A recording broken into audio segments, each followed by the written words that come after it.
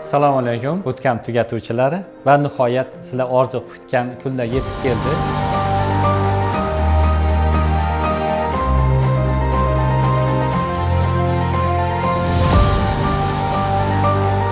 Qat'iyatli insonlargina muvaffaqiyatga erishadi. Yer yuzi talantli omadsizlar bilan to'la.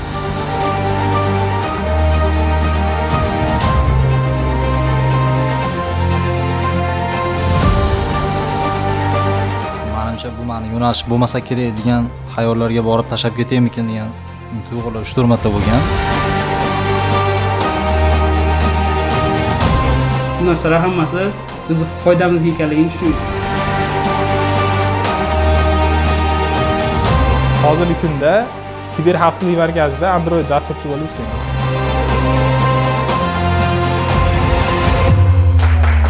Biz uddaladik. Assalomu alaykum bootcamp tugatuvchilari va nihoyat sizlar orzu kutgan kunlar yetib keldi. Buni bilan sizlarni tabriklayman. Orada bitta zo'r savol bo'ldi. Kimlar qanaqa xususiyatga ega bo'lganlar mana shu muvaffaqiyatga erisha oladi yoki bootcampni yoki mana shu darslar kursini oxiriga yetkaza oladi. Misol uchun matematikasi kuchli bo'lganmi, iqtidori bormi, olimpiadaga qatnashgan, shunaqa narsa kutyapti-da. Qanaqa xususiyati bor inson muvaffaqiyatga erishyapti yoki oxirigacha yetib boryapti degan savolni berishdi.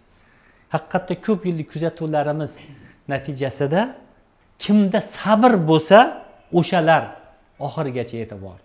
Chunki hozir mana bu yerda o'tirganlarda ham bir marta emas, bir necha marta to'xtatish yoki dasturlashni yig'ishtirib qo'yishlik fikrlari kelgan bo'lishligi mumkin. Va bu aniq. Sizlardan oldingilarda ham shunaqa bo'lgan. To'g'rimi Abdurazzoq? Bu normal holat. Lekin kim sabr bilan oxiriga borsa, shularniki bo'ladi. Demak, muvaffaqiyatda eng birinchi muhim narsa bu nastoychivost. O'zbekchasi nima edi? Otabek? Qat'iyat. Qat'iyat. Qat'iyatli insonlargina muvaffaqiyatga erishar ekan. Talant qat'iyat o'rnini bosa olmas ekan. Yer yuzi talantli omadsizlar bilan to'la. Kim qat'iyat bilan, sabr bilan oxirigacha yetsa, oxirigacha harakat qilsa, natijaga albatta erishadi. Bizda ko'p holatda ko'rgan. 2 marta o'qiganlar bor, 3 marta o'qiganlar bor. Oxirigacha yetib borganlargina muvaffaqiyatga erishadi. Xo'p, endi men sizlarga qisqagina ko'pchiliklaringiz bu yerda tugatib ishga joylashtirlaringiz, bitta 10-sinf bolalarimiz bor edi. 10-sinf bo'lganligi uchun ular hozir kutib turibdi. Armiyaga ketib qolganlarimiz bor edi, armiyadan qaytishdi. Qolgan hammasi ishga joylashdi. Sizlarni tabriklaymiz. Endigi masala. Sizlar endi bu yoqqa nima qilasizlar? Bugungi darsimiz, ya'ni xayrlashuv deymizmi? Qisqa bo'ladi, unaqa ko'p bo'lmaydi. Bu yerda endi sizlarni endi qiziqtiradigan narsa daromadni qanday qilib 2 barobar oshirish haqida qisqacha bu maslahatlarni berib o'tamiz. Shunga amal qilsalaring, o'z 2 barobar xohlasalaringiz ham, xohlamasalaringiz ham oshadi inflyatsiya hisobidan-da. Unga qanchadan 5 yildami, 10 yildami degan joy bor, lekin tezroq unga yetishlik uchun qaysi yo'ldan yurish kerakligi haqida qisqacha maslahatlarimizni aytib o'tamiz. Xo'p. Birinchi qilishlaring kerak bo'lgan ish, endi ish boshladinglarmi? Ba'zi birovlar stajyor, ba'zi birovlar o'zi oylik olyapti-yu, sizlarni qiladigan ishlaring sizlarga 1 so'm pul bersa ishxona, sizlar 2 so'mlik mehnat qilishlaring kerak. Sizlar o'zlaring mehnatkash ekanliklaringizni ko'rsatishlaring kerak. Bir tarafdan bu olgan pullaringizni oqlab, halollab olish kerakligini bildiradi. Boshida shundoq boshlaydi odam. Lekin 6 oy, 1 yil yoki ma'lum bir muddat o'tgandan keyin bu qoidani unutib qo'yadi. Lekin sizlar mana shunda harakat qilaveringlar. Tushunardingmi? Kimga 1 so'm pul bersa, sizlar qilgan ishlaringiz uchun sizlar 2 so'mlik mehnat qilinglar. Bu yerda yana bir narsa bor. Qaranglar, hozir kimdir $500 dan ish boshlagandir, 5 million bilan va hokazo. 2 barobarga oshishligi uchun nima qilish kerak? Birdan 10 barobarni kutib bo'lmaydi. To'g'rimi? Mana aynan sonda aytadigan bo'lsak, $500 dir, $500 dan, $400 dan boshlagandir. $4000 yoniga borib turib, "Men qachon $4000 qanaqa chiqaman?" degan savolni berishlik uncha ma'no emas. Bitta qadam bilan yurgan afzal. Ha? Mana $500 olyapsan, shu $1000 qarab harakat qilsang yaqinroq. Baribir birdan 1000 bo'lmasligi mumkin. 700 bo'lar, 600 bo'lar. Lekin maqsad nima qilish mumkin? 2x ga mo'ljal qilinglar. Kim sizlardan 2 barobar ko'p oylik olayotgan bo'lsa, shundan so'ranglar. Qaysi bilim va ko'nikmalarni biladi? Nimalarga e'tibor berish kerak? Ha? Shuni o'rganib olsalaring ham bo'ladi. Tushunarlimi? Bu doim shunaqa bo'ladi. Hozirgi o'rganganlaringizni 1 yildan keyin ham 5 yildan keyin ham qo'llashlaring mumkin. Tushunarlimi? Mana misol uchun 1000 ga chiqdilaringmi? Endi 1000 ga chiqib olgan payti kim 2000 da, keyingi marra 2000. Tushunarlimi? Junior, middle uchun 2x bu mumkin bo'lgan narsa va tabiiy narsa. Seniorlarda qiyin. O'zi patologga yetib kelganda u 3000 olyapti, 4000 olyapti. Uni 2x qilib bo'lmaydi-da. Bu imkonsiz. Ya'ni dasturchi lavozimida turib olish mumkin bo'lgan patologga yetib kelgan. Tushunarlimi? Uni oshirishlik uchun endi bu yerda dasturchilik emas. Misol uchun IT direktor boshqa lavozimlarga ular boshqa, u boshqa mavzu. Bugun bizga u kerak. Bugun biz dasturchi sifatida o'sha 2x o'sishimizni ko'rishligimiz bizga kifoya qiladi. Tushunarli bo'lyaptimi? Qilish kerak bo'lgan eng muhim masala maqsad aniq bo'lishi kerak. Ha? Birinchi o'rinda sizni maqsadingiz, sizni xohishingiz nima? Oldin shuni bilish kerak. Nimani xohlayapsiz o'zi? Tushunarlimi? O'zim men nimani xohlayapman degan narsani aniq bilib olish kerak. Bu birinchi qilish kerak bo'lgan narsa. Misol uchun kimgadir haqiqatda uylanmoqchidir, uylanganlar bor, olayotgan puli bu real, ya'ni havoyi emas. Menga 2000 dollar pul kerak. Nima uchun degan savolga o'zingizda javob bo'lmasa, o'sha 2000 dollarni qozonishlikka harakat qilmaysiz. Tushunarlimi? Misol uchun aytaman. Haqiqatda siz ehtiyojingiz nima? Nimani xohlayapsiz? Shuni aniqlab olinglar. Nimani xohlayotgan? Keyin ishxona sizdan nimani xohlayapti? Nimani kutyapti? Uni ham aniqlab olish kerak. Tushunarlimi? Odatda nima bo'ladi? Siz boshqa narsani xohlayapsiz, korxona sizdan boshqa narsani xohlab yotibdi, kelishmovchilik bo'lib yuraveradi. Demak, birinchi o'zingiz nima xohlayotganingizni aniqlab olishingiz kerak. Hayotdadir, ishdadir va hokazo. Ikkinchi, korxona sizdan nimani xohlayapti? Ha? Uni o'rganib olishimiz kerak. Keyin endi aniq bo'ldi, to'g'ri? Maqsad aniq. Unga reja tuzishingiz kerak bo'ladi va muddat qo'yib harakat qilasiz. Misol uchun 6 oyda yoki 1 yilda 2x o'sish. Ha? Buni bitta qiziq tarafi bor. O'sha korxonangiz nimani xohlayotganingiz bo'lsa, borib turib korxona rahbaridan yoki bo'lim boshlig'idan so'raysizlar. Men shu korxonaga bir qiymat olib kelmoqchiman. Yaxshiroq xizmat qilmoqchiman.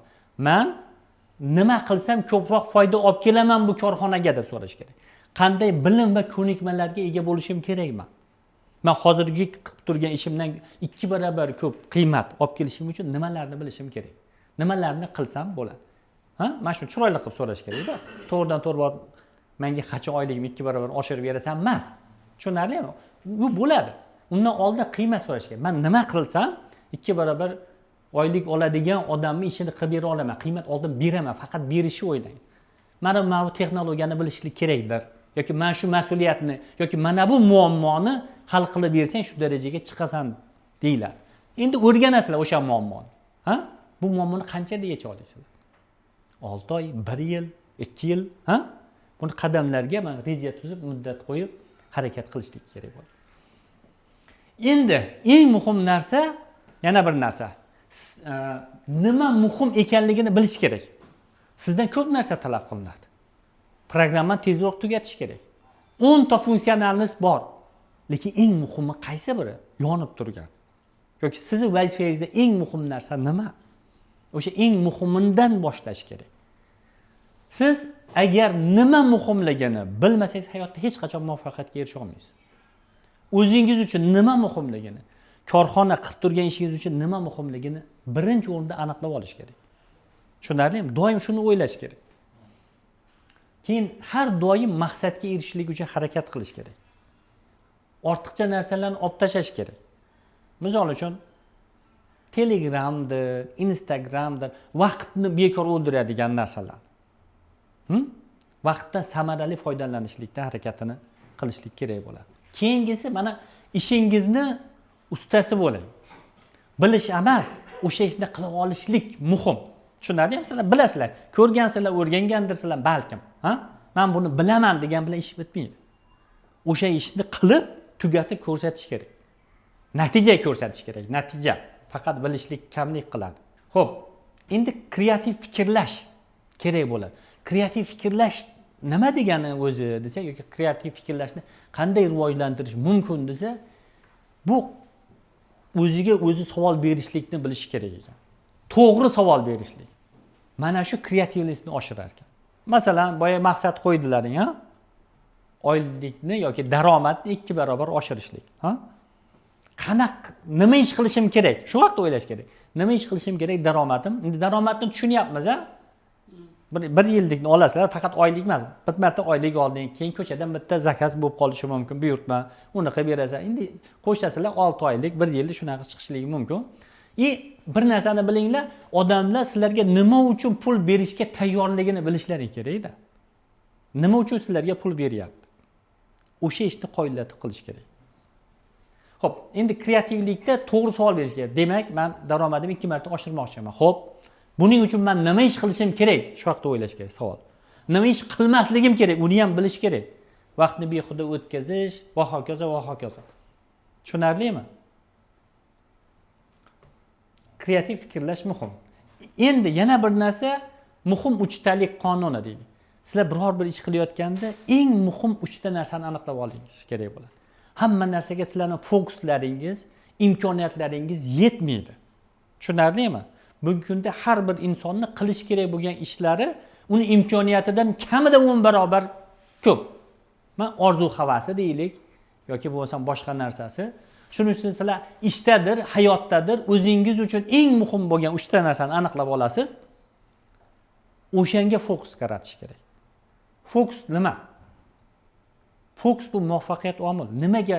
Buni quyidagicha tushuntiradi. Marg'ulon Sesenbor zo'r tushuntirgan. Aytaylik, sizda 10 gektar yeringiz bor.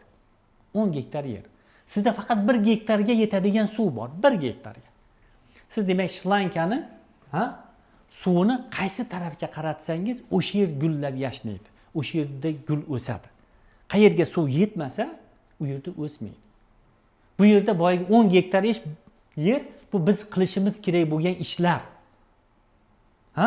1 gektarga yetadigan suv bu bizning imkoniyatimiz. Faqat shu bor.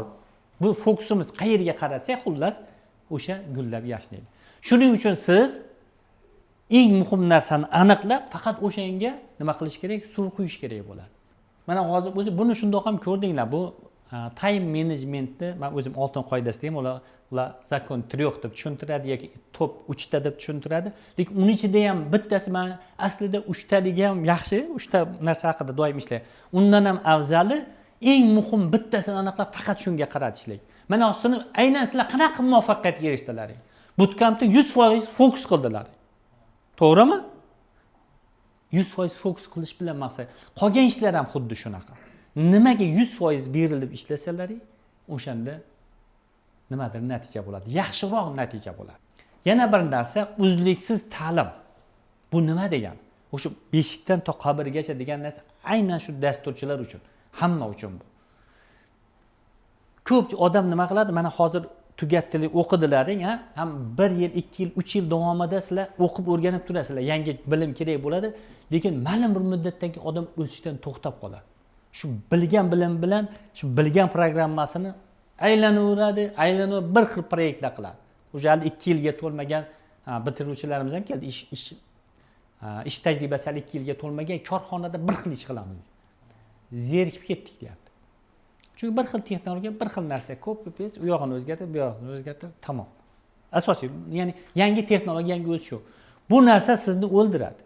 Bir narsani biling, bugungi kunda texnologiya siz o'smasangiz, bir joyda turish bo'lmaydi. Degradatsiya bo'ladi. Bilimlaringizni qiymati tushishni boshlaydi. Bo'lsa ham bu sohada. Bir joyda turmaydi. Yoki o'sishingiz kerak, yoki tushib ketadi. Shuning uchun ko'p ekspertlar nima qiladi? Har hafta 10 soat yangi bilim olishga vaqt ajratish kerak. Tushunarlimi? Har hafta 10 soat, ya'ni kuniga 2 soatdanmi, boshqacha holatdami? Buni nima deydi? Men bunaqa tushuntirganda, o'zi o'rtacha odam o'zini imkoniyatlaridan faqat 2% gina foydalana olar ekan. Lekin uning imkoniyati ko'p edi. 2 barobar ko'p natija qilishi mumkin edi. Shunda ham hali 4% bo'ladi. Tushunyapsizlarmi? Shuni ular nima qildi? Mana hozir bu Garvarddamidi, shu Amerikada katta bir universitetda tadqiqoti bu. top 500 talikka kirgan oyga 1 million oylik oladigan mutaxassislarni o'rganishgan. Bular kim o'zi? Qanaqa qilib bu darajada? Ha? Har oy bir oy o'tadi 1 million oylik oladi. Bir oy o'tadi 1 million oylik oladi. Yiliga 10 million plus. Bular shunaqa geniymi? O'rganishgan. Maktab davrini olib qo'ygan, yo'q, oddiy o'rtacha o'quvchi bo'lgan. Universitetda ham shunaqa. Xo'p, keyin nima bo'ldi desa, bularni boshqalardan farqi universitetni tugatgandan keyin ham o'qishdan to'xtamagan o'zini sohasida.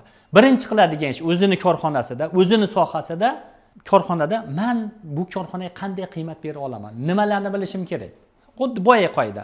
Men korxonaga 2 barobar ko'p qiymat olib kelmoqchiman. 2 barobar ko'p foyda olib kelmoqchiman. Nima qilsam bo'ladi? O'zidan yuqori lavozimda turadiganlar bilan maslahatlashgan, shu narsani o'rgangan. Yillar davomida. Tushunarlimi? Mana shuni natijasida ular eng yuqori nimaga chiqqan ekan. Bu uzluksiz ta'lim orqali bo'lar ekan. Tushunarlimi? Men nima demoqchiman? Bo'ldi, men o'rgandim, ishga kirib oldim, oylik olib turibman, bilan kifoyalanib qolmaydi. To'g'ri, charchaganda dam olasizlar, boshqa qilasizlar. Oila, to'y va hokazo. Lekin ta'lim esdan chiqmasa, qaytish kerak bo'ladi. Shunda sizlar maqsadga tezroq erishasizlar. Buni tajriba ham qilib ko'rsak bo'ladi. Hozir men 2025-yili xohlovchilar bo'lsa va mana shuni trik qilib tursak bo'ladi. Kim mana hozir ish boshladinglar, qariyb bir xil oylik bilan ish boshlaysizlar. Qariyb bir xil. Katta farq yo'q. Bir $100 farq qilmasa, $200 ham kam bo'lsa kerak farq qilishligi. Lekin 5 yildan keyin unaqa bo'lmaydi. 5 yildan keyin nimaga? Mana shuni tajriba qilsa bo'ladi. Kim agar mana shunga qancha ko'p mehr muhabbat bilan o'zining kasbining ustasi bo'lsa, o'zining ustida ishlagan bo'lsa, nima qiladi? Uni qiymati oshaveradi. Keyin yana bir narsa, xato qilishdan qo'rqmanglar. Asosiy xato qilgandan keyin o'sha xatoni tan olib, uni to'g'rilashlikka harakat qilish kerak bo'ladi. Keyin yana bir narsa bor. Sizlar biror joyda ishlab turgan payti tayinli asos bo'lmasa ish almashtirilmaydi. Tushunarli? Mana bir joyga kirdilaring, ishlayapsan, rizqing kelib turibdi, o'sha yerda ishlash kerak bo'ladi. Tayinli asos bo'lmasa, tushunarli, zerikkonda ketib qolavermaydi. Tushunarlimi? Sabr bilan boya aytganimdek 1 so'm bersa, 2 so'mlik mehnat qilib, boshqa qilib, kelishib ishlashlik kerak bo'ladi, maksimal darajada. Haqiqatda bir nima deydi? Sakrashina bo'lishim. Agar ish almashtirayotgan payti ham bor-ku, eshikni qattiq yopmaslik kerak bo'ladi. Tushunarlimi? Chiroyli muomala qilib chiqib ketish kerak bo'ladi. Aksariyat holatlarda nima qiladi? Agar bitta joyda ishlaganda aynan shular bilan muvaffaqiyat qilmasa, o'sha yerdagi komanda sizni biladi-da, qanaqa saviyangizni, odobingizni boshqa joylarda chaqiradi. O'sha odam kelsin, mehnatkash, so'zida turib beradigan va hokazo. Bu umumiy gaplar, lekin boshqa narsa ham bor. Biz bilmaydigan baraka degan narsa bor. Men shogirdlarim orasida bo'lgan, oldin ham ko'p aytganman. Bittasi misol uchun, 1 so'm pul oladi deylik. 1 so'm pul oladi. Lekin 1,5 ja 2 emas, 1,5 so'mlik mehnat qiladi. Boshqa shogirdim 2 so'm pul oladi. Mayli $2000 oylik oladi deylik. Bu sizlar dollarda gapirsa tushunarlar, kulib yordim. 1 so'm ham deydimi dema. Xo'p, mayli. $1000 oylik oladi, $1,500 mehnat qiladi. Boshqa shogirdim bor, $2000 oylik oladi. Endi shunga yarasha mehnat qilar, balkim ko'p qilar.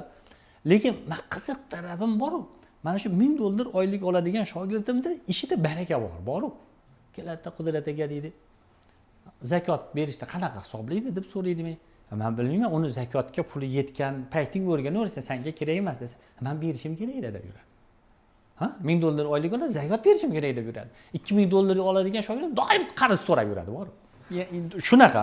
Buni ishxonasida ham yangi qanaqa mehr bilan olgan 1 so'm pulingni ham halollab olib, endi u haromlab olyapti yoki ishlamayapti demoqchi emasman. Qilgan ishida baraka bor, nimagadir. Ishlaringizga baraka so'ranglar. O'sha $1000 olsa ham, misol uchun bitta mashina olyapti, 2 ta mashina olyapti, uchastka yer olyapti, u bilmayman qayerdan. Xudo baraka bersa bo'laveradi. Siz olib turgan oylik bitta nuqta emas-da, men shu ishxonamdan kelib turgan 1000 so'm oylik degani emas-da. Tushunarlimi? Sizni rizqingiz boshqa tarafdan ham kelishi mumkin. Qo'shimcha ish qilarsiz yoki shuni o'ziga baraka berilar, nima deydi? Ya'ni men ko'p mehnat qilyapman, mumkin. Kimdandir yaxshiroq bilasiz mana shu guruhda, u sizdan 2 barobar oylik olib yuraveradi. Normal. Bo'ladi shunaqa holatlar. Birga o'qigan, sizdan so'rab o'rgangan odam 6 oydan keyin sizdan 2 barobar oylik olishligi mumkin. Siz barakasini ham kutinglar. Faqat raqam emas. To'g'ri, raqamga ham harakat qilasiz, tadbirini qilasiz, lekin barakasini ham so'rash kerak bo'ladi. Hammaga rahmat, cho'zilib ketgan bo'lsa uzr so'rayman. Endi sizlar o'zlaringiz o'qish davomida qanaqa bir qiyinchiliklarni qanaqa yengib o'tdinglar, yosh avlodga nima deb maslahat berasiz? Yosh avlod emas. Mana shu ko'rgiliklarni kutib turgan yangi boshlaganlar bor. Mana Bootcamp 11imiz bizda yangi boshladi. O'shalarga nima maslahat berasizlar va hokazo. Rahmat. Bu Bootcamp kursimizda juda ham bir qiziqarli voqealar ham bo'ldi, emotsional. Bizga doim nima deydi? Ta'limga o'zini fido qilmaguncha biror natija bo'lmaydi deb doim nima qilardik, ta'kidlardik. Bitta zo'r voqea bo'ldiki, bu safargi nimamizda o'qish davrida bitta yigit uylanish kerak bo'lib qoldi. To'yga 2 kunga, 1 kunga borib keldi-da, hozir o'zidan eshitamiz, hissiyotlari qanaqa bo'lgan. Mana haqiqiy ta'lim shunaqa bo'lsa kerak aslida. Mana. Aha. Bilmayman. Sen o'zi qanaqa uylanding? Kelin bola tanirmiding? Ya kelin aniq edi bu. Yoshlikdan kelin aniq edi. Yo'q, aytmoq bo'lganim, senda o'zi nima deydi? To'yga necha kun borib kelding o'qish davrida? To'yga bir payshanba javob olgan bo'lsam, 4 kun borib keldim-da. Yana dushanbadan darsga chiqdim. Shanba kun to'yim edi, payshanba kun javob oldim. Qanaqa bir emotsiyalaringni aytib beraver. Emotsiya bunaqa bo'ldi. O'zim qo'rqdim to'yga javob berasizlarmi Bootcampdan yo'qmi degan. Yo'q, bermaymiz. To'yga masalan, shunaqa emotsiya o'tdi ichimdan. Masalan, Bootcamp 8 masalan o'zimning guruhim bo'lsa, o'sha guruhda bitirishga niyat qilgandim, boshdan kirganimda. Cho'zilib ketadi o'ylamadim bu darajada. Keyin o'sha nima bo'lsa ham ruxsat bersinlar deb oldizga kirdim. Sizdan ruxsat oldim. Shunaqa qo'rquv o'tdi ichimdan. Shu to'yga oldin borib qolmasam bo'ldi degan. To'g'risi bo'ldi. Men bilan birga o'qiganlar biladi buni. Shu to'yga bordim, keyin to'yda ertasi kuni o'qishga keldim. Men Bootcampga yana davom ettirdim. To'y kunini ertasi kun darsdamiding? Shunda? To'y kuni shanba kun bo'ldi, yakshanba kun yana bitta marosim bo'ldi. O'sha ertasi kun dars. Dushanbadan yana qaytib darsga keldim. Ha, bu aslida sen boru, sen bir yomon yo bir ayb ish qilmading. Sen o'zingning hayoting uchun, kelajaging uchun, yangi qurilayotgan oila uchun o'zingning vaqtingni sarmoya qilding. O'zi aslida qolgan yoshlarga ham nima qilish kerak? To'y degan bir kunda o'tadi ketadigan narsa. Yangi uylanadigan boshqa bo'lsa ham o'zi shunaqa.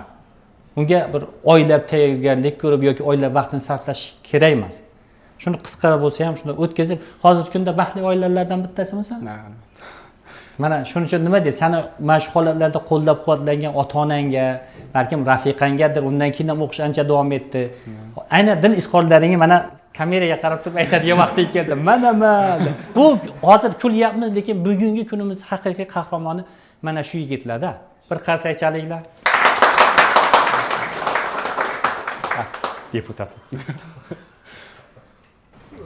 Mana shu fursatdan foydalanib har doim Kameraga qarab aytaman. hamma aytadigan gap shu ota-onamga avvalambor rahmatlarimni aytaman.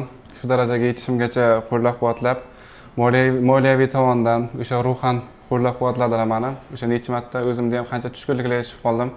Bootcamp o'qish davomida to'g'risi Bootcamp yopiladi degan gaplar bo'lib ketdi bizning guruhda. Shunaqa voqealar bo'lgan payt qo'llab-quvvatlagan ota-onamga rahmat deyman. Shu meni tushungan o'sha rafiqamga ham katta rahmat deb qolaman. Tabriklayman. Tilsqorlarim shu endi uyga borib kaltak yemaslik uchun. Rahmat. Rahmat. Mana bu bir ikkinchi bir holatimiz, bu guruhda nodir holat. Bu aslida bir qaragan odamlar tushunmaydi bu narsani. Bu uyat ham emas, boshqa ham emas. Ya'ni bu yerda Otabek o'z sinfdoshingmidi, kursdoshingmidi Sherzod? Gruppadoshim litseydagi. Ha, litseyda birga o'qigan guruhdoshiga shogird bo'ldi-da. Ya'ni taqdir taqozosi bilan bu ilm olishda katta kichik degan narsa bo'lmaydi o'zi aslida. Men o'zim ham hozir 43 yoshman, o'zimdan 10 yosh kichkina odam bo'lsa ham ilm olish bilaman bilmaydigan narsa bo'lsa ilm olaveraman. Bu shundoq o'zini tengquridan oldi, boshqa bo'ldi, yoshi kattaroq edi, o'ziga yarasha qiyinchiliklar bo'ldi. Oralig'ida bir Otabek duxiga o'tirib qoldi deyishdi. Lekin yo'q, mayli oxirigacha yetib keldi. O'sha his-tuyg'ularni hozir biz bilan Otabek baham ko'radi. To'g'ri, haqiqatan o'zi dasturchilikka ham men o'zi kech kirdim deb o'ylaganman. Chunki 28 yoshimda o'rganishni boshladim. o'sha o'rganishni endi boshlayotgan vaqtlarim o'sha oddiy mavzularda ham kerak bo'lsa tushunmaganimda menimcha bu mani yo'nalish bo'lmasa kerak degan xayollarga borib tashlab ketaymikin degan tuyg'ular 3-4 marta bo'lgan. Yaxshi she'rlarim birga o'qiydigan bolalar, tushungan bolalar darsdan keyin qolib tushuntirib. Yo'q, asosiy o'sha tushkunlikka tushgan payti buni yengib o'tishlikni omili nima bo'ldi? Omili ключевой, eng muhim joyi. Eng muhim joyi sizni podдержка qiladigan she'rlaringiz, atrof muhit, shu muhitda bo'lsangiz, shunaqangi podдержка qiladigan muhitda bo'lsangiz, yengib ketaverar ekansiz. Muhim podдержка bo'lsa bo'ldi. Guruhdoshlar. Guruhdoshlar, ha. Men shu sabab bo'lgan davom ettirishimga. Keyinchalik уже bir hafta 10 kundan keyin ko'ryapmanki, что o'ta oson narsalar, просто ozgina sizga kimdir tushuntirib, chuqurroq yordam bersa, olib ketadigan narsa ekan. Tugatgandan keyingi taqdirlaring qanaqa bo'lyapti? Hozirgi faoliyating qayerdasan? Uni ham aytda, faqat qarsak chalish bilan o'tib ketib qolmasan. To'g'ri. Hozir Toshkentda PayMe tashkilotida stajyor Android dasturchi bo'lib ishlayapmiz. Yaxshi. Oylik beriladigan stajyor. Oylik berishyapti. Ofitsiallik qachondan o'tasizlar, xudo xolasa? Ofitsiallik xudo xolasa mana 15 kun qoldi iyundan. Ro'zadan oldin yaxshi yangiliklar bilan uyga borsa kerak. Ancha bo'ldimi uyga bormaganingga ham? Bir oycha bo'ldi. Ha, yaxshi. Dasturchi bo'yicha qaytmayman deb keldingmi? Shunaqa. Rahmat. Rahmat sizga. Endi bu guruhimizda oxirigacha muvaffaqiyatli tugatgan qizimiz Umida o'zining taassurotlarini aytadi. Chunki buni ham dugonasi bor edi she'riga. Texnik sabablarga ko'ra u oxirigacha kela olmadi. Lekin bu xafa bo'ladigan emas. Men baribir xursand bo'ldim, chunki u tekstilning universitetida o'qirdi. O'sha universitetda o'tkazilgan olimpiadada bir 70 tachami odam qatnashdi, o'g'il bola eng yuqori natijalarni olib, olimpiadaga yutib chiqib, sovrinlar olib, grantlar, nimadir stipendiyalar olyapti. U o'zimning jiyanim edi. Oyda oxirigacha yetolmadi. Texnik sabablarga ko'ra mana Umida o'zining his-tuyg'ularini o'qish jarayonida qiyinchiliklar ancha qiyin bo'ldi, bildim. To'g'risi Umida oxirigacha yetib kelishlikka men ishonmagandim. Lekin chunki qiyin, bilaman qiyinligini. O'g'il bolalar ko'pchilik sabr qilmasdan tashab ketadi.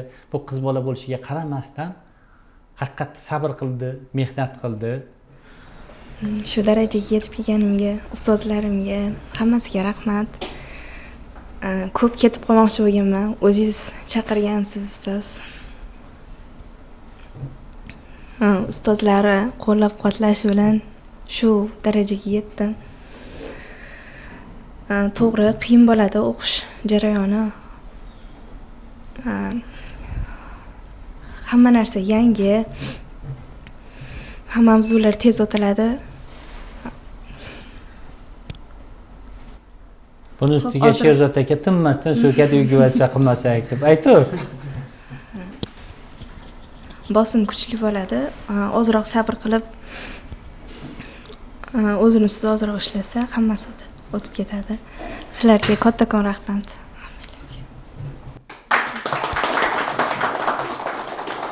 Gapirish, soft skillni ham ozroq o'rganish kerak. Diyor, o'zing bir qoidat gapirish qanaqa bo'lishini, ana bunaqa bo'ladi deb. Meni ismim Diyorbek. CDTI kompaniyasida Android dasturchi bo'lib ishlayman. Shu Gitdagi shu 7 oy bootcamp umumdagi eng qiziqarli nima deydi, davrlardan bittasi bo'lgan. Yaxshi, eng qora kunlar bo'ldi demading. Yo'q, ba'zi bir paytlarda shunaqa ham o'ylab qoladi odam. Ya'ni ba'zi bir joyda baglar chiqib qoladi, vazifani yetkiza olmasdan, so'zlardan so'kish eshitganda nima qilib yurib o'zi bu joylarda uyimga ketib yotsam bo'lmaydimi, ota-onamni qo'ynida deb o'ylab qoladi hamma. Lekin chidab, masalan, kvartiraga uyga bormasdan shu yerda qolib dars qilib, vazifalar yetkazgan kunlarimiz ham bo'ldi. Bu ancha yordam beradi. Ayniqsa guruh bilan ishlash, guruhimiz yaxshi, hamma bolalar ya'ni bir-biriga yordam berib ishlagan. Bu ancha bizga yordam bergan. Hammamiz bilimimizni anchagina oshirib bergan. Shu guruhdagi bolalarga ham nima deydi, asosiy qahramonlar ham desa bo'ladi. Shu keyin o'qituvchilarga ham rahmat, hammasi zo'r, bilim berish bo'yicha ham, ruhiy tomonlama ham. Endi rostmi ozgina bosim qilishdi, lekin bu ham ancha yaxshi narsa ekan. Ishga kirgandan keyin sezib, buni tushundik. Boshida biz ham ko'p bosim qilishyapti, bu noto'g'ri narsa ish deb yurganmiz, lekin uni bosib o'tgandan keyin bu narsalar hammasi bizni foydamizga ekanligini tushunib yetdik. Eng qora kuningni eslaysanmi? O'qish davridagi. Eng qora kunim menimcha bir kun imtihon kechikib ketgan. Shu 11larda boshlangan imtihon. Kechasi bilan shu 7gacha imtihon qilib chiqqanmiz Yitada. Shu kuni bo'lsa kerak. Menimcha. Chunki bolalar bilan ham kuni imtihon bo'lishi aniq emas edi. Undan oldingi kun ham shu yerda qolgandik. O'zi bosh og'rib, uyqusirab turgan paytimizda imtihon qilamiz deb qolishgan 11da. Keyin yana bir kun uxlamasdan chiqishga to'g'ri kelib qolgan. Ertasi kuni ba'zilarida sog'liq ko'tarolmay qolgan joylari bo'lgan. Nu chidab shundan o'tdik. Lekin baribir shu ham qanaqadir odamni bardoshliroq qiladi. Keyingi safarga nima deydi, tayyor turadi odam, tanasi ham, ruhiy tomonlama ham. Ya'ni shokka tushib qolmaydi keyingi safar. Har qanaqa hozirda ham masalan har qanaqa vaziyatga tayyor turadi. Gitani bitirib chiqqanlar. Qanaqa holat bo'lsa ham, bo'l tayyorman, men shu ishni qila olaman deb turadi hammasi. Bu Diyorbekda zo'r nima bo'ldi? Bizda mana bu o'quv kursi tugaganida intervyu qilamiz korxonadan. Realniy dasturchilar kelib intervyu qiladi. Diyorbekning holatda shunaqa bo'ldiki, kelib intervyu kelib savol javob qilib bilan kamchilik, bilimida sayoz joylari bo'lsa, shularni aytishlikka kelgan yigitlar ertasi kuni ishxonasiga borib o'zini emotsiyasini aytyapti-da biz bilan. Bizga ishga middle'ga vakansiya berganmiz. Middle'ga da'vogarlik qilib kelgan kandidatlarni savol javob qildik. Diyorbekcha saviyada emas deb olishmagan hech birini. Ertasi kuni o'zlari taklif qilib oldirdi. Kecha men intervyu qilgan odamni bizga beringlar. Bu ishga olishlik uchun chaqirilmagan edi, bilim berishlik uchun, bilmaydigan joyni o'rgatish uchun shunaqa qilib bularni chaqirib, haqiqatda shunaqa e'tirof qilishdi, boshqa qildi. Bu haqiqatda nima deydi? Biz ham xursand bo'ldik. Hozirgi kunda shu korxonadasan, shu korxonada nima qildi? Hali o'qishga kirmading. Endi xudo xolasa, o'shani ham aytib, bu mana yana bitta ba'zi bir yoshlarga qaranglar. Bu Diyorbek o'zi Al-Xorazmiyni tugatgan, nimagadir o'qishga kirishdan oldin haqiqatda kasb egasi bo'lib olishlikdan tanladi. Mana Android dasturchi bo'lib shu darajaga chiqdi, ishga joylashdi. Endi bu yog'iga xohlagan universitetiga, o'sha xususiy universitetga borib pulini, kontraktini to'lab diplomini oladi. Diplom zarar qilmaydi. Misol uchun, o'zing nima uchun bunaqa tanlov qilganing ham bir qisqacha, uni ota-onangga qanaqa tushuntirding bu voqelikni? Ota-onamga tushuntirish eng qiyin joy bo'ldi, menimcha. Shu Al-Xorazmda o'qiyotgan paytimdan boshlab shu 2 yil mobaynida tushuntirib, shu nima desa bo'ladi. Universitetda o'qib, bitirib chiqib, masalan, Tatuda o'qib yoki boshqa joylarda o'qib yurib, qorish qilib yurgan bolalar dadam bilan birga suhbat bo'lib qolgan. Shu ham ancha yordam berdi deb o'ylayman. Qayerga o'qishga kirasan deb dadam so'rab qoldi. Shu Tatuga dedim. Desam, men bitta bola bilan gaplashib qoldim, Tatuni bitirgan ekan, biz bilan birga qorish qilib yuribdi dedi. Sen ham shunga o'xshab qolmaysanmi dedi. Savol beruvdi, men ham ichimda yig'ib yurgan nimalarim bor edi, keyin boshladim men ham. Men ham shu fikrdaman, universitetda o'qimasdan, shu kursda o'qib, shu ma'lum bir kasb egasi bo'lmoqchiman. Universitet doim kasb berishi 100% nima deydi, garantiyalanmagan. Odam harakat qilish kerak baribir. 4 yil umrimni behuda sarflamasdan, shu 6 oy, 7 oyda Buskim kursda o'qib, shu kasb egasi bo'lmoqchiman deganman. Shunda keyin ishonishni boshlashgan. Ya'ni universitetsiz ham odamlar nima deydi, kasb egasi bo'la oladi, ayniqsa dasturlashda. Ota-onamga ham rahmat, tushunishganlari uchun, shunchalik moliyaviy, ruhiy tomonlama meni qo'llab-quvvatlagan uchun ancha rahmat. Rahmat. Endi bu yerda bitta nyuans bor, noto'g'ri tushunib qolish kerak emas. Endi o'sha odamni, o'sha Tatuda o'qigan talabani o'zini holatiga ham bog'liq. Tatuda faqat borib kelib umrini o'tkazib olib, Tatu shunaqa o'qitadigan, yo'q, Tatuda o'qimas, sherzodlar ham, ustozlaringiz hammasi menimcha Tatudan chiqqan. Ya'ni bu yerda faqat universitet emas, bolaning holatiga ham bog'liq. Buni ham to'g'ri tushunish kerak. Mana Tatu hozirgi kunda aytib o'qitish bo'yicha baribir eng yaxshi universitetlardan bittasi. Imkon qadar nimadir o'qitishlikka harakat qiladi, boshqa qiladi. Baribir qolgani o'quvchini o'ziga qolgan bo'ladi. Rahmat. Ism familiya bilan tezlashtirib o'ramiz. Bunyod. Ismim Bunyodbek. Jizzax viloyati G'allaorol tumanidan kelganman. Menda ham o'ziga yarasha qiyinchiliklar bo'lgan. Chunki yoshim juda unaqa Otabekdek katta bo'lmasa ham, lekin shu guruhdoshlarimdan ko'ra yoshim kattaroq bo'lgan. Men tengilar sinfdoshlarim institutda o'qishib, institut bitirishgan vaqtda men hali ham o'qib yuruvdim. Uydagilarimga rahmat, sabr qilishdi, tushunishdi. Men ham o'zi avval bu guruhdan oldin ham bootcampga kelganman. 2023 yil bootcamp 6 ga kelib o'qib ko'rib ozroq olib keta olmaganman, qaytib ketganman. Keyin yana ozroq tayyorlanib kelib, oradan vaqt o'tib bootcamp 8-guruhda xudo xolasa mana bitirdik. Allohga shukr. Xuddi shunaqa bolalar aytgandek qiyinchiliklar bootcampda juda ko'p bo'ladi. Qiyinchiliklar haqiqatda ko'p bo'ladi. Jamoaviy ishlash, ustozlarimiz doim aytgan, jamoaviy ishlasanglar o'sasizlar, jamoaviy ishlamasanglar bo'lmaydi deb. Shu narsalar juda katta foyda bergan. Bizdan ko'ra yaxshiroq biladigan bolalar o'rgatishi, bilimini qizg'anmasdan o'rgatishi juda katta foyda bergan. Mana xudo xolasa hozir bitiruv darsida o'tiribmiz. Ustozlarga katta rahmat deb qolamiz. Xudo xolasa berishgan bilimlariga rozi bo'lsin. Ustozlarimiz yo'lini bersin. Nima endi dedik? Rahmat. Oldinga aytilgan Abdurazzoq gapirmoqchi. Savol bermaysizmi? Sog'liklaring yaxshimi? Men ismim Abdurazzoq Hoshimov, 18 yoshman. Boshqatdan boshlayman. Yo'q, men shu joylarga ham xosamda. Zo'r chiqsa-da. Men shu joyini kutayotgandim. Bo'pti, boshidan boshla. Hayajonlarga yetib qoldim. Ha, boshidan boshla, lekin qolaversin. Ismim Abdurazzoq, Andijon viloyatida tug'ilib o'sganman. Bu yerga shu qarindoshim Shukurullo akam o'zi mana shu yerda o'qib, hozir ishlaydi ham. O'qituvchi bo'lib, shu menga tavsiya bergan. Shuni tavsiyasi orqali kelganman. Umuman bu yerda emas, shu yergacha kelishimgacha ham, keyin bitirganimdan keyin ham hozirgacha shu akamga rahmat. Meni qo'llab-quvvatlab, o'zi yo'nalish beradi. Faqat menda birinchi o'qiganimda muammo bo'ldi. Shunga 2 oydan keyin u gruppa bilan xayrlashib, keyin gruppa bilan davom ettiradigan bo'lib qoldim. Taslim bo'lmaganim meni eng katta yutug'im deb o'ylayman o'shanda, chunki u paytda 3-4 kishi ketganlar boshqa yo'nalishga ketdi. Men qaytib, yana shu keyingi bootcamp 9 kursda o'qib, bitirib, Flutter bo'yicha ishga kirganman. Sektor Soft nomli частный kompaniyaga va 1 oy stajirovkadan keyin hozir ishga o'tganman. Va shu bilan birga Tatuda zausni o'qiyman. Keyingi yillardan kontraktimni o'zim to'lab, ota-onamga moddiy yordam bermoqchiman. Buning uchun ota-onamga juda katta rahmat aytaman. Ota-onam meni qo'llab-quvvatlab, chet elda ishlashadi o'zlari, qo'llab-quvvatlab, ma'naviy, keyin psixologik ham ko'p motivatsiyalar bergan. Shularning yordami bilan shu yerga keldim deb o'ylayman. Shular hammasi kattakon rahmat. Men ismim Nur Muhammad, Qashqadaryo viloyati Qarshi shahridanman.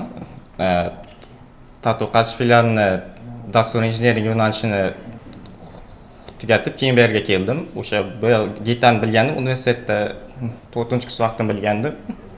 Shu ustozlarimga va ota-onamga rahmat aytib qolaman.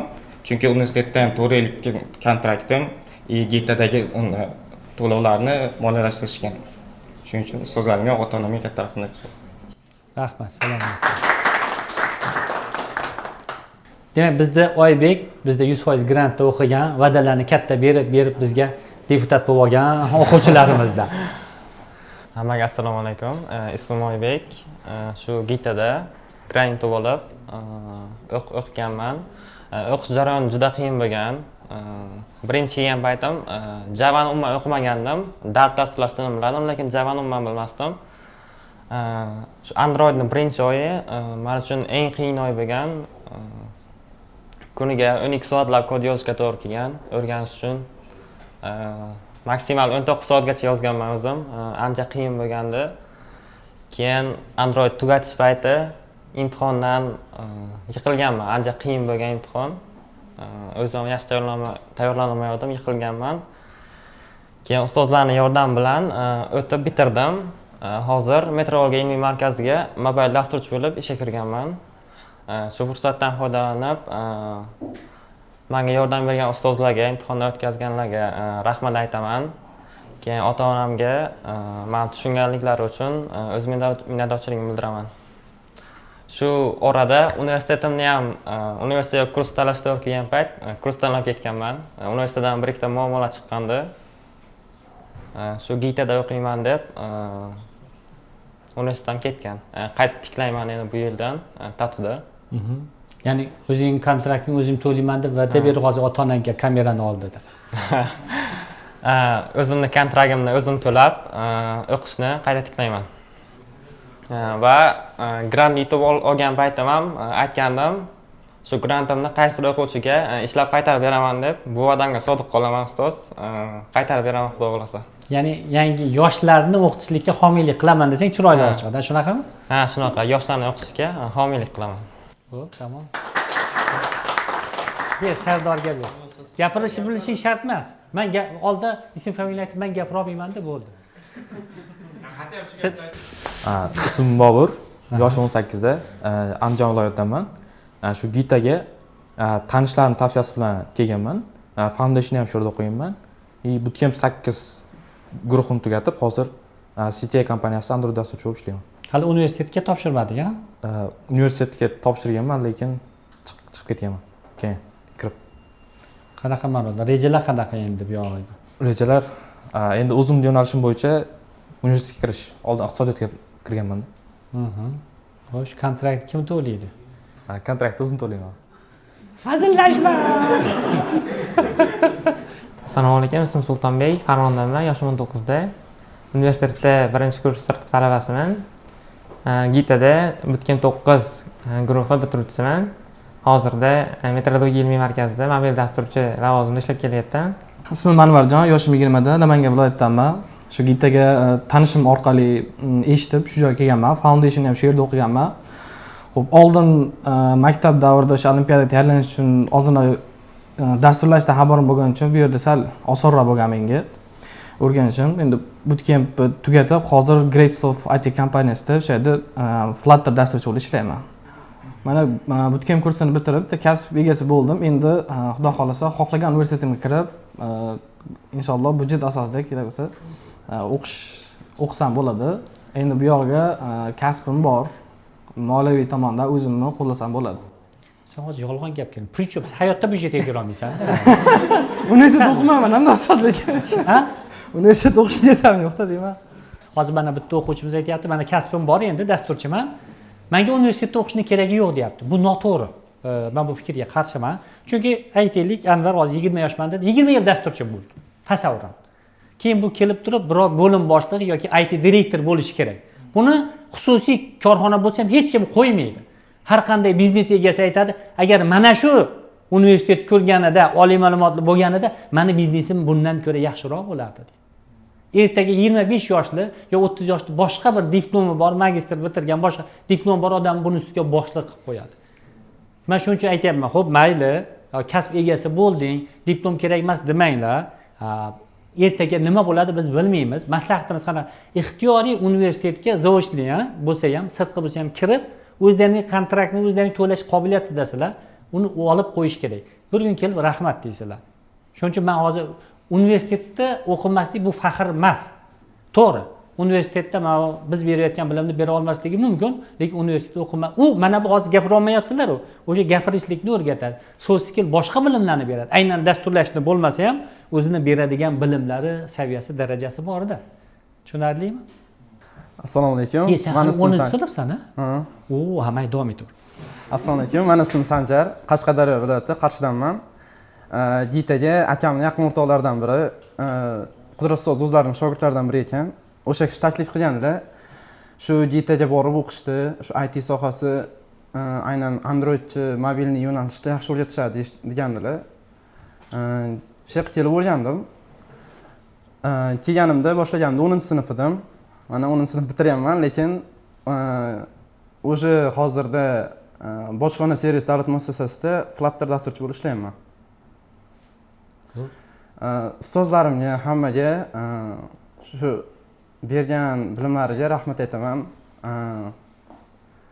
Qiyin bo'lgan GITAning o'zida qolib, ayniqsa oliy imtihonlarda 2-3 kunlab qolib imtihonlar qilishimizni to'g'ri kelib qolgan. Shu lekin sabr qilib imtihonlarni yaxshi topshirib, mana endi hozir ishlayapman hozircha. Ustozlarga rahmat aytaman. Bo'lgan bosim ham foydali bo'lgan ekan. Ota-onamga, akamga, opamga bularga rahmat aytaman. Qo'llab-quvvatlashdi. Qiyin bo'lganda, qiyin bo'lsa ham kutib sabr qilishni aytishgandi. Necha marta yig'lading? Imtihonlarda to'g'risini aytsam, o'tish qiyin bo'lgandi-da. Birinchi oylik imtihon Androiddan. Birinchi oyligimda o'tishni ustozlar rosa aytishgan. Qiyin bo'ladi, eng asosiysi shu deb, undan yo'g'i osonlashib ketadi deyishgan. O'sha kuni esimda bolalar bilan qolib, vaqt taymni ko'proq ishlaganmizda. 20 soatlar, 17 soatlar vaqt ketib qolgan. Bolalar bilan gitada qolib ertalabgacha yig'ladik deysanmi?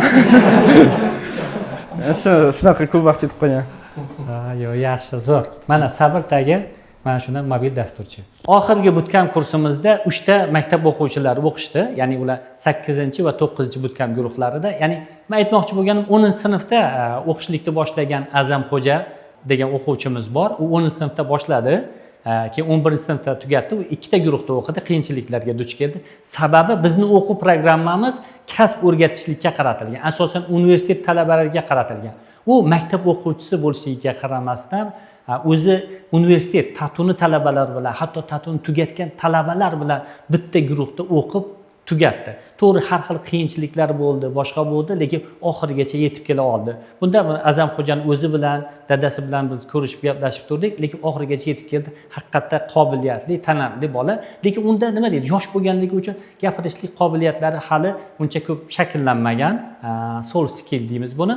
Bugungi kunda sal mazasi ham yo'q ekan, lekin shunday bo'lishiga qaramasdan biz bitiruv kechamiz, bitiruv kunimiz bo'lganligi uchun keldi. Mana hozir o'zingiz ko'rishingiz mumkin, gapirishida bir sodda gapirishligi mumkin, lekin bilim saviyasi jihatdan u juda ham kuchli. Shuning uchun uni aynan o'zimiz yonimizga shogird qilib olib qolganmiz, chunki bizning o'zimizning startap loyihalarimiz ham bor.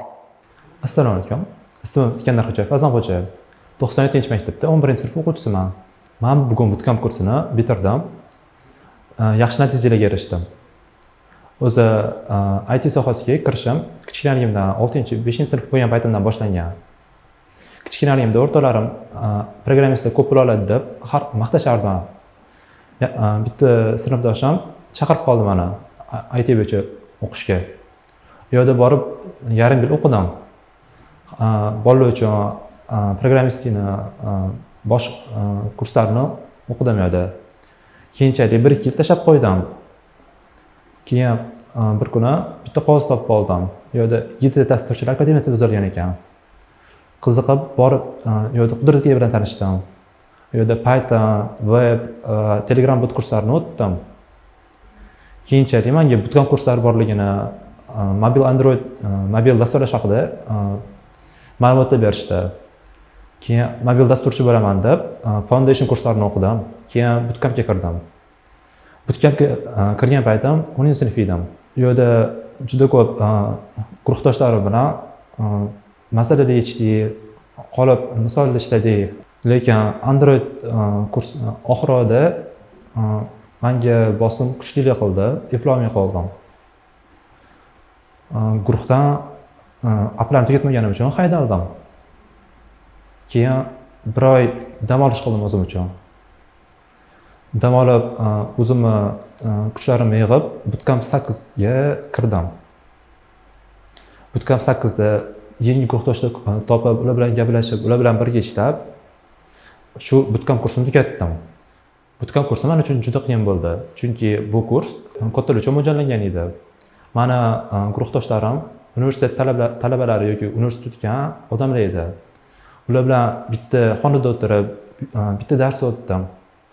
Qiynaldim, lekin oxirigacha yetdim. Bootcamp kursda shu natijalarga erishishim uchun mana guruhdoshlarim, ota-onam, ustozlarim juda katta yordam berdi. Ular mana moliyaviy va ruhiy jihatdan yordam berishdi. Agar ular bo'lmaganda men bootcamp kursini bitira olmasdim. Men hozir bootcamp kursini bitirdim, ishlarga kirdim. Hozir endi men universitetga kirsam, o'zim kontraktlarimni to'lab, o'zim o'qiy olaman. Ustozlarimga, ota-onamga rahmat aytib qolaman. Ular bu qiyinchiliklardan o'ta olmasdim. Sizlarga rahmat. Hozir ham sal mazam yo'q, lekin bitiruv bir marta bo'ladi. Shuning uchun men gitaga kelib, shu intervyularni beryapman. Hozir gaplarim tabiiy chiqmayotgan bo'lishi mumkin, lekin juda ham minnatdorman ota-onalarimga, ustozlarimga, kursdoshlarimga. Sizlarga rahmat aytib qolaman. Assalomu alaykum. Mening ismim Po'lat. Toshkent viloyati Ohangaron shahridanman. Tatuni bitirganman. Aynan shu tatuni tugallash paytida, oxirgi oylarida gitaga o'qishga kelganman va gitani bitirib, hozirgi kunda Atto kompaniyasida stajyor bo'lib malaka oshiryapman. Bu yerda Butkam 8 da o'qidim. Ko'p qiyinchiliklar bo'ldi, lekin ularga chidab, sabr qilib, mana Xudoga shukr bitirib oldim. Bu yerga kelmoqchi bo'lganlarga aytadigan gapim, agar sizda 3 ta xislatdan bittasi bo'lsa, bular ingliz tilini bilish, sabrli bo'lish va masalaga yecha olish qobiliyati. Shulardan hech bo'lmasa bittasi bo'lsa, siz albatta gitaga kelib, bootcampni muvaffaqiyatli bitira olasiz. Agar uchalasi ham bo'lsa, menimcha hech qanaqa qiyinchiliklar bo'lmaydi. Va gapim oxirida ota-onamga rahmat aytaman. Ular ham moddiy, ham ma'naviy jihatdan qo'llab-quvvatladi. Xudo xolasa ularni xursand qilaman va shu o'rinda ustozlarimga ham rahmat aytaman.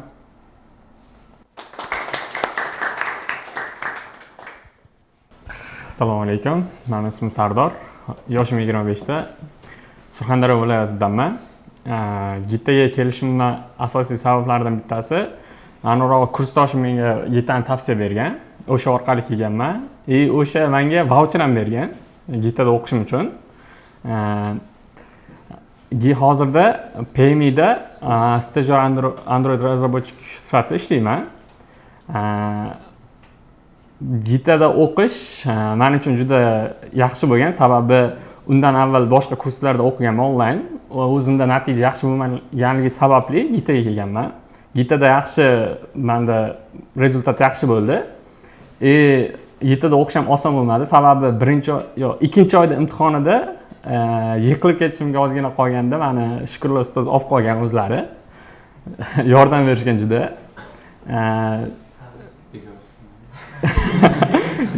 Rostdan olib qolishgan. Hozirda shu PMIda ishlayapman. Ustozlarimga rahmat. Ancha juda katta bilimlar, juda yaxshi bilimlar bergan. Ota-onamga обязательно juda ham katta rahmat, sababi 25 ga kirganimga qaramasdan gitada o'qishimga juda katta moliyaviy, ruhiy yordam berishgan. Hammaga rahmat.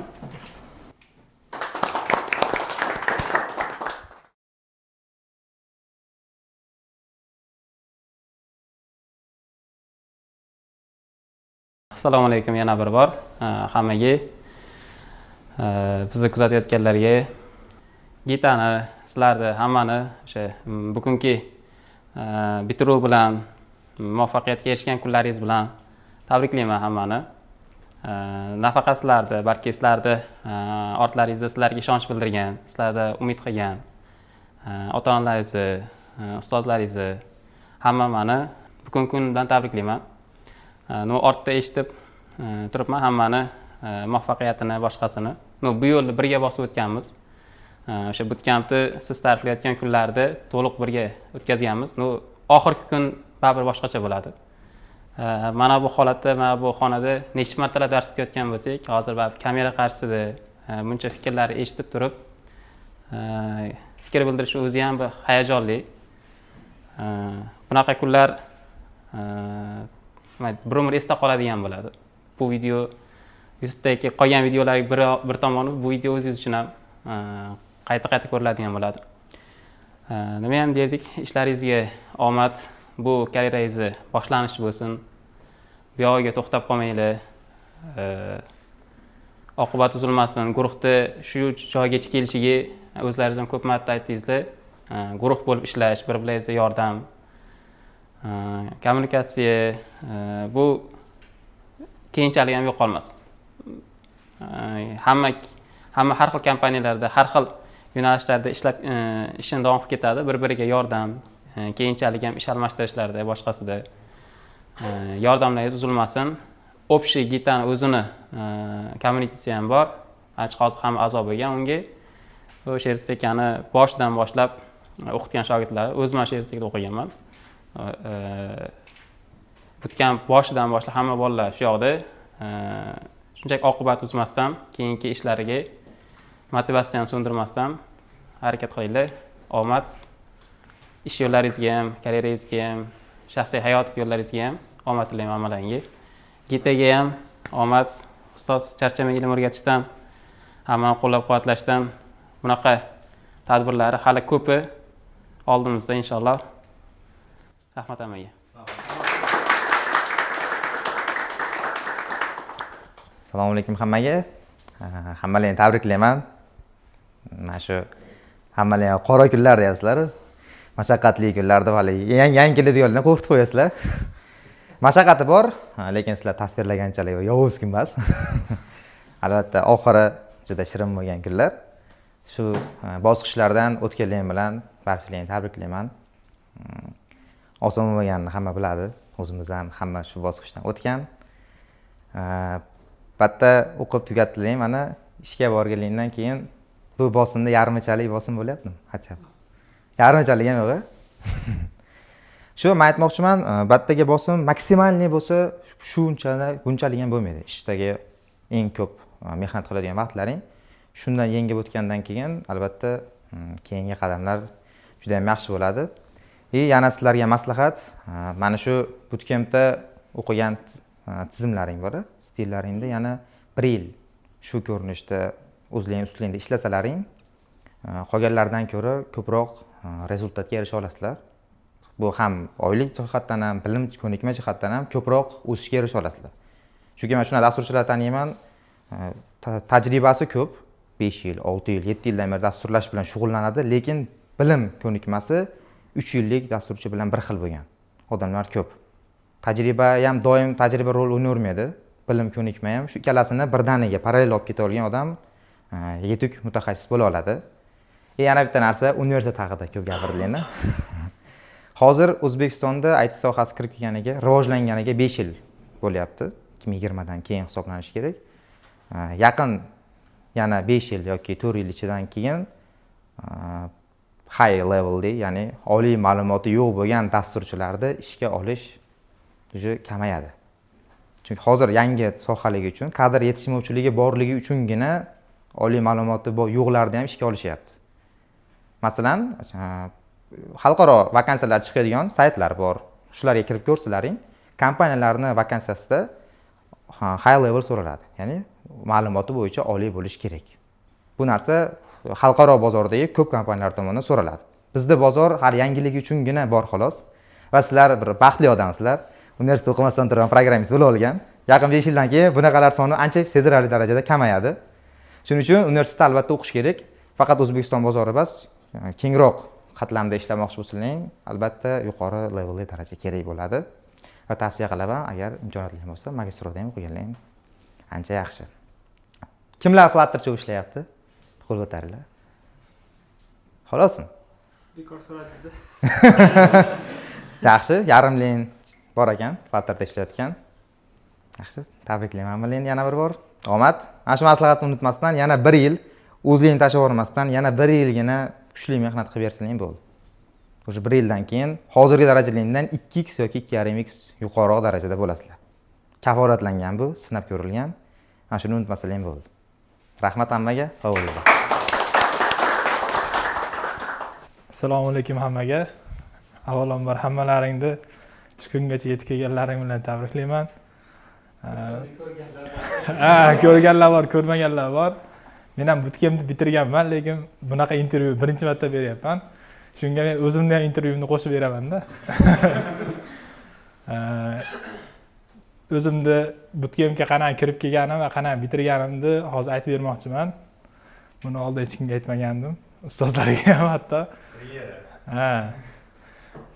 Institut bitirgandan keyin menda shunaqa holat bo'lgan. Oldin ma'rif ustozlar bilan o'qiganmiz, lekin biz to'xtatib qo'yganligimiz uchun Androiddan o'zimizdan ko'nglimizdagidek ish topolmaganmizda. Keyin universitetda diplom bilan ishlar chiqqan, baribir dasturchi odam, temolyonchi Androidchi odam o'zi qilib yurgan ishidan boshqa ish kelsa ko'ngli chopmaydi. Shunaqa bo'lib ancha ish muammosi bo'lgan, viloyatda yurganman, uni orasida uylab qo'yishgan. Hammasi keyin boshlangan. Uylangandan keyin oldin topib yurgan oyliklaringiz yoki ishlaringizdan ko'ra baribir yigit kishiga mas'uliyat tushadi-da. Shundan keyin bir qarorga kelishga to'g'ri kelgan. U vaqt mobaynida ham Sherzod ustozlar, qolgan ustozlar ham onlayn bo'lsa ham yordam berib, doim meni o'zlarining safiga tortishga, bir muvaffaqiyatga erishishimga harakat qilishgan, lekin o'zimda imkoniyat bo'lmagan. Shundan keyin Gitada bir seminar bo'lganda Toshkentga kelib qoldim. Bu yoqqa kelib o'tirganman. Sherzod ustoz bilan gaplashgandan keyin bir qarorga kelganman. Men Androidchi bo'lib ishlayman. Hozir masalan diplom bo'yicha ishlamoqchi emasman. Qanaqadir masalan boshqa strukturalarda. Shuning uchun Androidchi bo'lishga qaror qilganimda yonimda to'yanaga yig'ilgan puldan boshqa pul yo'q edi. Hammani o'rtoqlar yig'ib beradi, o'sha pul yo'q edi. Yaxshi ham o'shani asrab qo'yganim. O'zim turmush o'rtog'im u payt ishlardi. U ham menga ishonch bildirib, u oyliklarni yig'ib bergan, men u pullarni yiqqanman. Kamiga yana uydagilardan kafolat evaziga shu yo'lda oxirigacha boraman deb ulardan ham yordam berishgan uydagilar va men Gitaga o'qish uchun emas, hayotda jang qilish uchun kelganman. Sizlar hozir ko'rib qiylandim, qiyin bo'ldi degan qiyinchiliklar menga desert bo'lgan uni oldida. Xotirjam bo'lgan va nima aytsam ekan, oldinroq mehnat qilmaganim, oldinroq yaxshiroq harakat bo'lmaganligi yoki taqdir taqozosi bilan shunday bo'lganki, Gitaga kirib kelayotganimda bugun men pul to'lab kelyapman, ertaga shu yoqqa kelganim uchun pul to'lashadi degandim. Niyatim ketib qolgan. Bitirgandan keyin ustozni qo'lida shu yerda yana shogird bo'lib yurdik. Niyatimga yetdim. Hozirgi kunda kiber xavfsizlik markazida Android dasturchi bo'lib ishlayman. Muhimi sabr qilish kerak, niyatni yaxshi qilish kerak, keyin hech qachon masalan hozirgi darajasini tan olishdan uyalmaslik kerak.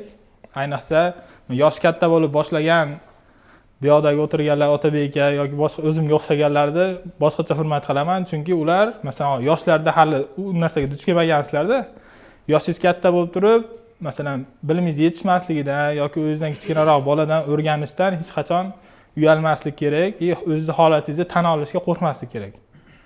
Qachon biz rivojlanamiz desa, qachon o'zingizni kamchiligingizni tan olganingizdan keyin o'sha kamchilik bartaraf bo'ladi, keyin rivojlanishni boshlaysiz. Shunga hozirgi kunda o'zimni oldimga bitta maqsad qo'yganman. Men eng zamonaviy kasblarni eng qadimiy usulda o'rganaman degan. Shunga ustoz shogird an'anasiga rioya qilib, ustozlarim doim hurmatda. Sizlarga ham shuni tavsiya qilaman.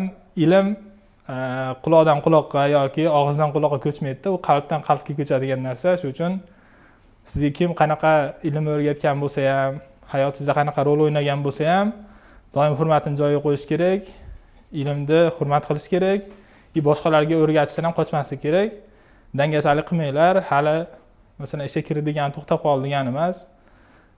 Keyin bizning raqiblarimiz O'zbekistonda emas, butun dunyo bo'yicha o'zimizning o'rnimizga ega bo'lishimiz kerak. Hammalaringga kelajak ishlarda omad tilayman. Bardam bo'linglar. Hali bizni oldinda olis yo'l kutyapti.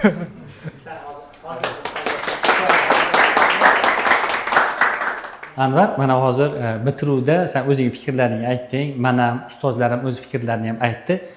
Universitetda o'qish masalasida oxirgi darsimiz yoki bitiruvdan keyin fikring o'zgardimi, yo'qmi? Ha, o'zgardi. O'sha qanaqa bo'lishini, universitetda nima sabab, universitetda nima kerak, nima o'rgatishlarini o'shani sal bo'lsa ham tushuncha berganlaring uchun fikrim o'zgardi. Men universitetda to'g'risi universitet o'qiyotganlarda eshitganim, yaxshi o'qitmaydi, ustozlar yaxshi emas, faqatgina o'sha davomatga olib kelib turamiz xolos deb tanishlarim bir ikkitasi aytgan uchun fikrim o'zgargandi. Demak, o'sha universitetda bilim unchalik talab qilinmaydi. Shunga men undan ko'ra 4 yil vaqtim ketadi degan ma'noda shunaqa tushuncha bo'lib qolgandi menda. Hozir endi o'zlari universitetda misol uchun ustozlarimiz ham o'sha universitetda o'qishgan uchun qanaqa bo'lishini tushuntirib berishdi. Fikrim o'zgardi. Hozir sal o'zimni tiklab, keyin universitetga topshiraman inshaalloh. Bu yilga harakat qilaman. Universitetga topshirib, o'sha kontraktga bo'lsa, kontraktni o'zim qoploladigan darajada xudo xolsa kasbga egaman. Ota-onamga shuncha payt meni yordam berishdi, xudo xolsa bu yog'iga ota-onamga yordam berib o'zim universitetda o'qiyman xudo xohlasa.